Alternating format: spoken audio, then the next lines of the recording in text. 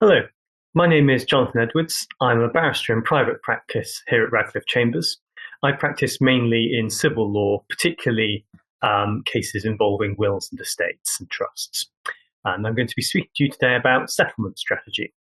Uh, although I've mentioned my particular specialism, what I intend to do is set out some general principles which I think are of broad application to almost any kind of civil dispute. So the course aims today, I'm going to spend some time talking about strategy.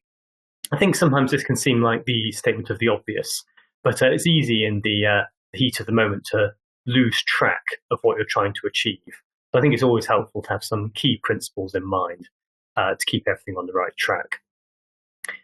So I'm going to consider some overarching principles, and then I'm going to make some suggestions about what considerations ought to go into the making of a settlement offer, particular choices about which kind of offer to make and how to formulate the offer so that it helps you get to where you want to go.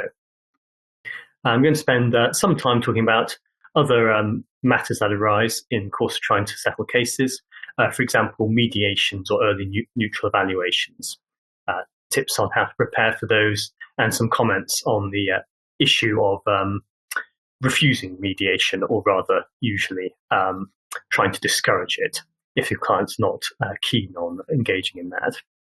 And then I'm going to talk a bit about some of the common drafting points that arise with settlement agreements, in particular, how to make sure that your settlement agreement sticks and isn't unpicked later on. Those are the broad course aims. I'm going to be touching on one or two other things as we go. So the first part of this session, I'll talk about settlement strategy. And I wanted to start by talking about something which probably you've all heard of, which is the idea of the best alternative to negotiated agreement, or BATNA. So this is an idea that's been around for quite some time now.